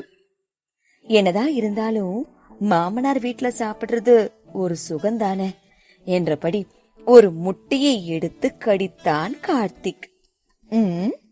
என்ன மாப்ள, ஏதோ சொன்ன மாதிரி இருந்துச்சு என்றார் மருது. ஒண்ணும் இல்ல மாமா, முட்டை இந்த சைஸ்ல இருக்கிறதுனால இந்த பேர் வந்துச்சான்னு கேட்டுக்கிட்டே இருந்த என்றான். அவனது செய்கையை கண்ட அனைவருக்கும் சிரிப்பு வந்தது. பாருங்க, உங்க பையன் இப்பவே மாமனாருக்கு எப்படி அடங்கி போகிறான்னு என்று லட்சுமி மூர்த்தியிடம் கூறினார். யாருக்காவது ஒருத்தருக்காகவாவது பயப்படுறானே, இருந்துட்டு போட்டோம் விடு என்று அவரும் சிரித்தார். அதற்கு அடுத்த நாள் பாரதியின் புது கம்பெனியின் திறப்பு விழாவை வைத்து இருந்தனர். அனைவரும் அங்கு இருக்கும் போதே அதை ஆரம்பித்து விடலாம் என்று எண்ணி இந்த முடிவை எடுத்தான் பாரதி. அப்பா, இந்த ரிப்பனை கட் பண்ணி கம்பெனிய ஓபன் பண்ணி வைங்க என்று மருதுவிடம் கத்திரிக்கோளை நீட்டினான் பாரதி. என்ன தம்பி, அப்பா மாமா எல்லாரும் இருக்காங்க, என்கிட்ட போய் என்றார் சிறு கலக்கத்துடன். அதனால என்னப்பா, இன்னைக்கு இந்த பிரான்ச் ஓபன் ஆகுதுன்னா அதுக்கு காரணம் நீங்களும் மாமாவும் தான். நீங்களும் எனக்கு அப்பா மாதிரி தானே. இந்த கம்பெனி நல்லா வளரணும்னு ஆசீர்வாதம் பண்ணி ஆரம்பிச்சு வைங்க என்றான். சந்திரனும் அதை ஆமோதித்தவராய் தலையை ஆட்ட நெகிழ்ச்சியுடன் கடவுளை வேண்டிக் கொண்டு இனிதை ஆரம்பித்து வைத்தார். ஜீவாவும் அவன் அக்கா குடும்பத்துடன் அங்கு வந்து சேர்ந்தான். அவனிடம் அனைத்து பொறுப்புகளையும் கொடுத்துவிட்டு தாம் அடிக்கடி வருவதாக கூறி சென்று விட்டான் பாரதி. 4 நாட்கள் போனதே தெரியவில்லை. அனைவரும் ஒருவரை ஒருவர் வம்பு இழுத்து கொண்டும் கேலி பேசி சிரித்து கொண்டும் விளையாடிக் கொண்டிருந்ததால் நாட்கள் சென்றதே தெரியவில்லை. தங்கள் குழந்தைகள் ஒருவரை ஒருவர் பார்த்து கொள்வதும் கண்களால் பேசி சிரித்துக் கொள்வதையும் கண்ட பெரியவர்கள் தங்கள் பிள்ளைகள் வரம்பு மீற மாட்டார்கள் என்று எண்ணியதால் அவர்களின் போக்குக்கு விட்டுவிட்டனர். நித்யாவை கண்ட சிவகாமிக்கு தன் மனதிற்குள் ஒரு எண்ணம் எழதான் செய்தது. ஆனால் இப்பொழுது வேண்டாம், பின்பு ஒரு நாள் நேரம் காலம் வரும்பொழுது பேசிக்கொள்ளலாம் என்று விட்டுவிட்டார். அம்மா, இன்னைக்கு சாயங்காலமே கிளம்பிடலாம். நாளைக்கு காலையில எந்திரிச்சு டிராவல் பண்ண கஷ்டமா இருக்கும். அதனால இன்னைக்கே கிளம்பிடலாம் என்றான் பாரதி. ஆமாம்பா, நாங்க வந்தும் 10 நாள் ஆச்சு. நீயும் வந்து 4 நாள் ஆகுது. ஆபீஸ் ஒர்க் நிறைய பெண்டிங் இருக்கும். கிளம்பலாம் என்றார் சந்திரன். சம்பந்தி, நீங்க வந்தது மனசுக்கு ரொம்ப நிறைவா இருக்கு. இனிமே அடிக்கடி நீங்க வரணும் என்றார் சதாசிவம் உரிமையாக. கண்டிப்பா சம்பந்தி, எனக்கும் கவலைங்களையெல்லாம் மறந்து கூட்டு குடும்பமா இந்த 10 நாள் இருந்தது எல்லா சோகத்தையும் மறக்கடிச்சு இருந்துச்சு. வீட்லயும் வேலையிலயும் 1000 டென்ஷன் பிரச்சனை இருந்தாலும் இந்த மாதிரி ஒரு சில விசேஷங்களால எல்லாரும் ஒண்ணு கூடி சந்தோஷமா இருக்கிறது கூட மனசுக்கு நிம்மதியா தான் இருக்கு. நீங்க சொன்னாலும் சொல்லாட்டியும் இனிமே வருவோம். அடிக்கடி இல்லாட்டியும் வருஷத்துக்கு ஒரு தடவையாவது இந்த மாதிரி வரும் என்றார். ரம்யாவிற்குத்தான் 4 நாட்கள் தன் குடும்பத்துடன் இருந்துவிட்டு செல்வது மிகவும் வருத்தமாக இருந்தது. நித்யா அழுதே விட்டாள். ஹே லூசு, இன்னும் நீ மாறலையா? ஹாஸ்டல் சேர்ந்த புதுசுலதான் ஊருக்கு வந்துட்டு போன அழுவ, இன்னும் அப்படியே இருக்கிற என்றாள் ரம்யா. இல்ல ரம்யா, இங்க இருக்கிற வரைக்கும் எனக்கு அம்மா அப்பா இல்லைங்கிற கவலையே தெரியாது. ஹாஸ்டல் போயிட்டு தனியா இருக்கிறப்போ எனக்கு ஒரு மாதிரியா இருக்கும். அப்ப நான் உங்களை எவ்வளவு மிஸ் பண்ணுவேன் தெரியுமா? அதான் தினமும் 1/2 மணி நேரமாவது போன்ல கதை அடிக்கிறோமே, அப்புறம் என்ன? எதையும் நினைச்சு கவலைப்படாத என்று அவளை ஆறுதல் படுத்தினாள். அது மட்டும் இல்ல, இந்த தடவை உங்களோட ஃபேமிலியும் வந்து இருந்ததுனால ரொம்ப சந்தோஷமா இருந்துச்சு. அவங்களையெல்லாம் பிரியறது எனக்கு ரொம்ப கஷ்டமா இருக்கு என்று குழந்தையாய் கூறியவளை கட்டி அணைத்துக் கொண்டாள் ரம்யா. இதை கேட்டுக்கொண்டிருந்த ரவி, கவலைப்படாத, சீக்கிரமே நீயும் உங்க ரம்யா அக்கா கூட எங்க வீட்லயே இருக்கிற மாதிரி பண்ற என்றான் குறும்பாக. அவன் பேசுவதின் அர்த்தம் கூட புரியாத அப்பாவியாய், ஹை ஜாலி ஜாலி என்று சிரித்தவளின் சிரிப்பில் துளைந்துதான் போனான் ரவி.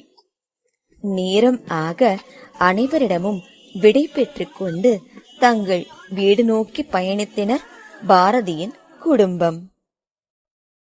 பாகம் 69. அனைவரும் வீடு வந்து சேர்வதற்கு இரவு ஆகிவிட்டது. வரும் வழியிலேயே சாப்பிட்டு விட்டு வந்ததால் அனைவரும் பயணம் செய்த களைப்பில் உறங்க சென்று விட்டனர். தங்கள் அறைக்கு வந்தவுடன் ரம்யா பாரதியின் பின்பக்கமாக வந்து அவனை கட்டி அணைத்தாள். ஒரு நிமிடம் அதிர்ந்த பாரதி சிரித்துக்கொண்டே தன் மனைவியின் கையை பிடித்து தனக்கு முன்னால் இழுத்தான். மேடம், என்ன இன்னைக்கு செம மூட்ல இருக்கீங்க போல என்று கண்ணடித்தான். கட்டி பிடிச்சாலே அதுக்கு தானா? மாமா, நான் எவ்வளவு சந்தோஷமா இருக்கேன் தெரியுமா? இப்படி ஒரு புருஷனை கடவுள் எனக்கு கொடுத்திருக்காருன்னு ஒவ்வொரு நாளும் பூரிச்சு போய் இருக்கேன். அப்படி என்ன நான் செஞ்சிட்டேன்னு இவ்ளோ பாராட்டு மழை பொழியிற? ஏன், எனக்கு எதுவும் தெரியாதுன்னு நினைக்கிறீங்களா? அன்னைக்கு கோயில்ல நடந்த விஷயத்த நானும் பார்த்தேன். என்னைக்கு? நாம எல்லாரும் கோவிலுக்கு பொங்கல் வைக்கிறதுக்கு போனுமே, அப்பதான். ஓ, அதுவா? அது நான் என் கடமையை தானே செஞ்சேன் என்று அன்று நடந்ததை தன் மனக்கண் முன் கொண்டு வந்தான். கோவிலில் அனைவரும் சாமி கும்பிட்டு அமர்ந்து கொண்டிருந்த பொழுது சதாசிவத்திற்கு ஒரு போன் வந்தது. அதை எடுத்து பேசியவர் படபடப்பாக தனியே சென்றார். அதை கவனித்த பாரதி அவரின் பின்னாலேயே சென்றான். அங்கு வெள்ளை வேட்டி சட்டை அணிந்து வாட்ட சாட்டமாய் நின்ற ஒருவரிடம் சதாசிவம் கெஞ்சலாய் ஏதோ பேசிக் கொண்டிருந்தார். அவர்கள் பேசுவது எதுவும் கேட்காததால் அவர்கள் அருகில் சென்றான். என்ன மாமா, எதுவும் பிரச்சனையா? அதெல்லாம் ஒன்னும் இல்ல மாப்ள, நீங்க போங்க, நான் வரேன் என்றார். நீங்க தான் அந்த மாப்பிள்ளையா தம்பி? கல்யாணத்துக்கு அது வேணும் இது வேணும் சீர் சனத்தை வாங்குறீங்க. பாவம், அதுக்கப்புறம் பொண்ண பெத்தவங்க படுற கஷ்டத்தை யோசிக்கவே மாட்டீங்களா? தம்பி, கொஞ்சம் அமைதியா இருங்க, அவருக்கு எதுவும் தெரியாது. மாப்பிள்ள, நீங்க போங்க, நான் பேசிட்டு வரேன். மாமா, நீங்க கொஞ்ச நேரம் அமைதியா இருங்க. சார், என்னாச்சு? என்ன விஷயம்? தெளிவா சொல்லுங்க என்றான் பாரதி. அதான் தம்பி, உங்க அம்மா கல்யாணத்துக்கு 4 நாளைக்கு முன்னாடி திடீர்னு கார் வேணும்னு சொன்னாங்க. அப்போதைக்கு ஐயா கிட்ட பணம் இல்ல. என்கிட்ட வந்து நிலப்பத்திரத்தை கொடுத்துட்டு 10 லட்சம் ரூபாய் பணம் வாங்கிட்டு போனாரு.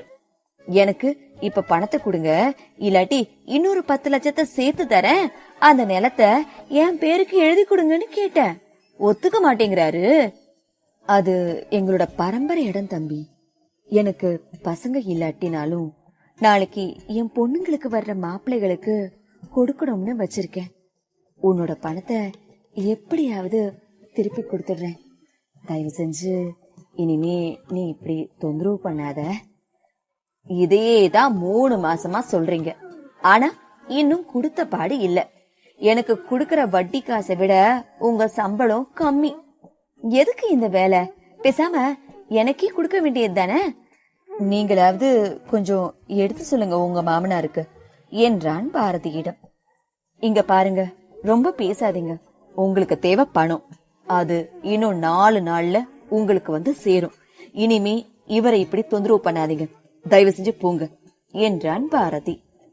உன்னை நம்பி போற, 4 நாள்ல பணம் வரலன்னா 5வது நாள் பத்திரத்தோட வருவேன், கையெழுத்து போட்டு கொடுங்க என்று மிரட்டும் தோணியில் சொல்லிவிட்டு சென்று விட்டார் அந்த மனிதன். மாமா, எனக்கு என்ன நடந்ததுன்னு புரியுது. நீங்க தான் கார் வாங்கலல்ல, அந்த பணத்தை அவனுக்கு திரும்ப கொடுத்துருக்கலாம்ல. இல்ல மாப்ள, நாங்க ரம்யாவுக்கு 50 பவுண்ட் நகை தான் வச்சிருந்தோம். ஆனா அந்த அம்மா என் பையனுக்கு வர்ற பொண்ணு 100 பவுண்ட் நகை போடணும்னு சொல்லிட்டாங்க. அதனால வேற ஒரு இடத்துல பணத்தை வாங்கி அவளுக்கு நகை எடுத்திருந்தோம். அங்க வட்டி ஜாஸ்தியா இருந்ததுனால இந்த பணத்தை அங்க கொடுத்துட்டோம். இவனுக்கு இப்ப என் நிலத்து மேல கண்ணா இருக்கு. அதுக்குதான் எதையோ காரணம் சொல்லி என்கிட்ட இருந்து புடுங்க பாக்குறான். சரி மாமா, அந்த நகையெல்லாம் இருக்கும்ல, அத வச்சாவது கொடுத்துருக்கலாம்ல. இல்ல மாப்பிள்ள, அந்த மனசாட்சியே இல்லாத மிருகங்களுக்கு நான் அவ்வளவு செய்யணும்னு நினைச்சேன். இப்படி ஒரு தங்கமான மாப்பிள்ளை கிடைச்சும் நான் எதுவும் செய்யலனா அது நல்லா இருக்காது. அது ரம்யாவுக்கு வாங்கினது, அவளுக்கு தான் சொந்தம். நான் நல்லவன்னு காட்டிக்கிறதுக்காக உங்க பொண்ணுக்கு நீங்க நகை கொடுக்கறீங்கன்னா தயவு செஞ்சு அது வேண்டாம். எந்த எதிர்பார்ப்பும் இல்லாம தான் அவளை நான் கல்யாணம் பண்ணேன். இப்பவும் நான் அப்படியே தான் இருக்கேன். அவதான் என் வாழ்க்கையில நீங்க எனக்கு கொடுத்த மிகப்பெரிய சொத்து.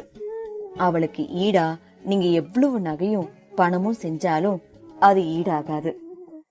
ஒண்ணு அந்த நகையை வித்துட்டு அந்த ஆளுக்கு பணத்தை கொடுங்க, அப்படி இல்லைன்னா நான் பணம் தரேன், அதை வாங்கிக்கோங்க. இல்ல மாப்பிள்ள, சம்பந்தம் பண்ணவங்க கிட்ட பணம் வாங்குறது அவ்வளவு நல்லா இருக்காது. தெரியும் மாமா, நீங்க இப்படிதான் சொல்லுவீங்கன்னு. அதனாலதான் நகைய விற்க சொன்னேன். இல்லாட்டி ஒண்ணு பண்ணலாம், நகைய பேங்க்ல வைங்க, அது போக மீத பணத்தை நான் கடனா தரேன். எப்ப முடியுமோ அப்ப திருப்பி கொடுங்க. அத போல உங்களால எப்ப நகைய திருப்ப முடியுதோ திருப்பி உங்க பொண்ணுங்க 2 பேத்துக்கும் நீங்க தாராளமா கொடுத்துக்கோங்க. அதுல நான் தலையிடவே மாட்டேன். நீங்க தானே சொன்னீங்க அந்த தோட்டம் என் மருமகன்களுக்கு கொடுக்க வேண்டியதுன்னு. அப்போ எனக்கும் அதுல உரிமை இருக்குன்னு தானே அர்த்தம். என்னோட சொத்தை காப்பாத்துறதுக்காகத்தான் நான் பணம் தரேன்னு நீங்க நினைச்சுக்கோங்க என்றான். அதற்கு மேல் மறுக்க முடியாதவராய், சரி மாப்பிள்ள, நான் பொங்கல் லீவு முடிஞ்ச உடனே போய் நகையை வச்சுட்டு மீதம் எவ்வளவு காசு தேவைன்னு உங்களுக்கு சொல்றேன். நீங்க அனுப்பி வைங்க, அந்த கடன்காரனுக்கு கொடுத்துடலாம் என்றார். ஆனா சம்மந்திக்கிட்டையும் இத பத்தி நீங்க ஒரு வார்த்தை சொல்லிடணும் என்றார். பாகம் 70. பாரதியை காணாது தேடி வந்த ரம்யா இவை அனைத்தையும் கேட்டுவிட்டாள். தன் அப்பாவின் முன் இப்பொழுது சென்றால் அவருக்கு தர்ம சங்கடமாகி விடும் என்று எண்ணி அமைதியாக சென்றாள். அன்று இரவு சதாசிவமும் செண்பகமும் அமர்ந்து பேசிக்கொண்டு இருந்தனர். சந்திரனும் சிவகாமியும் அவர்கள் அருகில் வந்தனர். சம்பந்தி, பாரதி எங்க கிட்ட எல்லா விஷயத்தையும் சொன்னா. ஒரு பொண்ணு கொண்டு வர்ற நகையும் சீரும் தான் அந்த மாப்பிள்ளையையும் குடும்பத்தையும் சமுதாயத்துல பெரிய ஆளா காட்டும்னு நினைக்கிற குடும்பம் நாங்க இல்ல. நாங்களே தேடி இருந்தாலும் ரம்யா மாதிரி ஒரு பொண்ணு கண்டிப்பா என்னால கண்டுபிடிச்சிருக்கவே முடியாது. அவ எங்க மருமக இல்ல, மக. மொத்த பணத்தையும் பாரதியை கொடுத்துடுவான். ஆனா அதுக்கு உங்க தன்மானம் ஒத்துக்காது. அதனால தான் நகை வச்சத போக மிச்ச பணத்தை தரேன்னு சொல்லி இருக்கான். இதுல எங்களுக்கு எந்த மாற்று கருத்தும் இல்ல. அவன் பார்த்தத நான் பார்த்திருந்தாலும் இதேதான் செஞ்சிருப்பேன் என்றார் சந்திரன். இன்னும் 3 வருஷத்துல என்னோட ரிட்டையர்மெண்ட் பணம் வந்துடும். கண்டிப்பா நான் எல்லாத்தையும் திருப்பி கொடுத்துடுறேன் என்றார் சதாசிவம். அண்ணா, இப்பதான் சொன்னேன் எங்களுக்கு எதுவும் வேண்டாம்னு. உங்களுக்கு ஒரு தங்கச்சி இருந்தா உதவ மாட்டாளா? அது மாதிரி நினைச்சுக்கோங்க என்றார் சிவகாமி. அன்று நடந்ததை நினைத்த பாரதி, ஓஹோ, உங்க அப்பாவுக்கு நான் ஹெல்ப் பண்ணதுக்காகத்தான் நீயா வாண்டடா வந்து கட்டி புடிச்சு முத்தம் தரியா? அவனை முறைத்த ரம்யா, 4 நாளா தனியா உட்கார்ந்து பேச கூட முடியலையேன்னு வந்த உடனே ஆசையா கட்டி பிடிச்சா அதுக்கு இப்படி ஒரு காரணம் வைக்கிறியா? இதே நீ செஞ்சா அது லவ், நான் செஞ்சா ஏதாவது ரீசன் இருக்குன்னு அர்த்தமா? ஏய், சும்மா விளையாட்டுக்கு தாண்டி சொன்னேன், உடனே மூஞ்சிய தூக்காத. அதனால என்ன, இன்னைக்கு விடிய விடிய பேசிக்கிட்டே இருக்கலாம். டிரைவ் பண்ணது டயர்டா இருக்கு, நான் போய் ஃப்ரெஷ் ஆயிட்டு வந்துடுறேன். ஏன், நானும் தான் உன்னோடு வந்தேன், எனக்கும் தான் ஃப்ரெஷ் ஆகணும். வா, 2 பேரும் சேர்ந்து போலாம் என்று அவன் கையை பிடித்து இழுத்துக்கொண்டு சென்றாள். ஐயோ, இது ஏன் பொண்டாட்டி தானா? நான் ஏதாவது செஞ்சாலே வேண்டாம் மாமான்னு சினுங்குவா.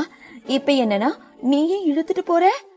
சரி, உனக்கு கஷ்டமா இருந்தா நீ இருந்துக்கோ, நான் போய் ஃபர்ஸ்ட் குளிச்சுட்டு வரேன் என்று சென்றவளை, ஐயோ பாரதி, உனக்கு சனி உன் வாயில தாண்டா என்று தலையில் அடித்துக் கொண்டவன், பிளீஸ் பிளீஸ் ஸ்ரீ, நானும் வரேன் என்று அவள் பின்னாலேயே ஓடினான்.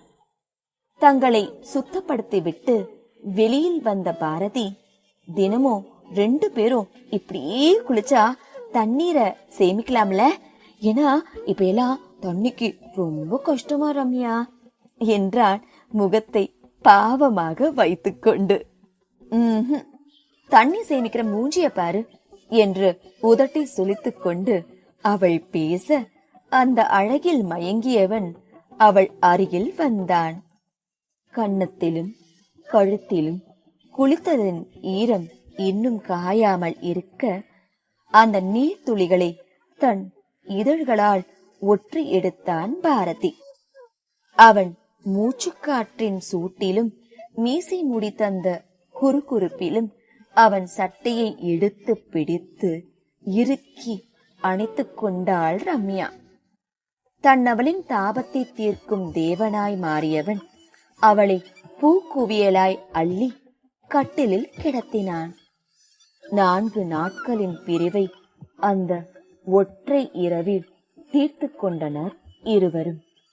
நாட்கள் அதன் போக்கில் சென்றன. தினமும் ரம்யா நித்யாவிடம் பேசும் பொழுதெல்லாம் எதேச்சியாக வருவது போல் வந்து விடுவான் ரவி. ஒரு முறையாவது அவளிடம் பேசி விடுவான்.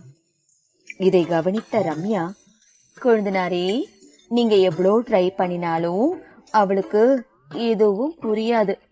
உண்மையிலேயே அவ மனசு குழந்தை மாதிரி தான் என்றாள். சரி அண்ணி, அவ நம்பர எனக்கு கொடுங்க, நான் தினமும் மெசேஜ் பண்றேன். அப்புறம் தெரியும் அவ குழந்தையா இல்ல குமரையான்னு என்றான் நக்கலாக. ஏன், என்ன பண்ண போற? வெயிட் அண்ட் வாட்ச் என்று சொல்லிவிட்டு சென்றவனையே சிரித்தவாறு பார்த்து கொண்டிருந்தாள் ரம்யா.